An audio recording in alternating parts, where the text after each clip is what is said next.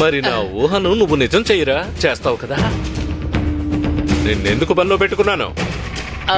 అంటే నేను వాళ్ళ ఇంటికి వెళ్ళి తనకి చెబితే తను ఇక్కడికి వస్తుందా? అలా జరుగుతుందా? ఎందుకు జరగదు? ఎందుకు జరగదు? ఖచ్చితంగా ఖచ్చితంగా ఖచ్చితంగా సక్కు ఇక్కడికి వస్తుంది. వచ్చేలా పథకం ఆలోచించు. అది కల కాబట్టి బాగుంది, వాస్తవం అయితే అస్సలు బాగుండదు. నిజ జీవితంలో ఇది ఎలా సాధ్యమండి? ఇదంత తేలిక కాదండి. అదంత తేలికైతే నేనే పని పూర్తి చేసుకునేవాణ్ణి. నిన్నెందుకు అడుగుతాను? ఈ తలపాగా కింద అసలు నీకు మెదడు ఉందా లేదా? మెదడుని వాడరా. మన అమ్మాయి తప్పు చేసిందని రుజువైపోయింది. క్షమించమని వేడుకోండి. దేవుణ్ణి, ఈ ఊరి ప్రజల్ని, ముఖ్యంగా అయ్యగారిని.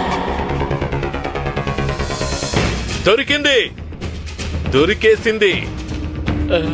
నా సమస్యను పరిష్కరించే మనిషి దొరికేసింది. ఆవిడ మనకు సహాయం చేస్తుంది. అదే ఆ సక్కు అత్తయ్య, మహాజన్ సతీమణి. మిమ్మల్ని క్షమాపణ అడగమంది ఆవిడే కదా. ఆవిడేం చేయగలదండి? ఆవిడతో నేను మాట్లాడుకుంటాను.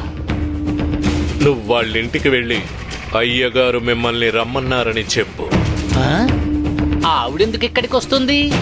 సఖు కంటే ఆవిడే ఎక్కువగా భయపడుతుంది ఇక్కడికి రావడానికి. నేను చెప్తున్నాను కదా దాము, ధైర్యంగా వెళ్ళి పిలు.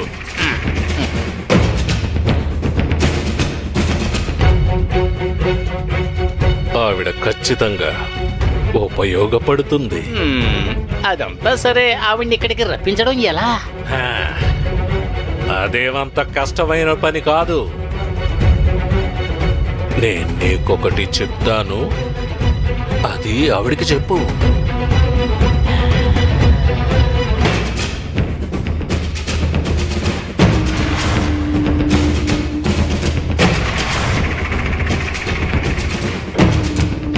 అలాగే అయ్యగారు.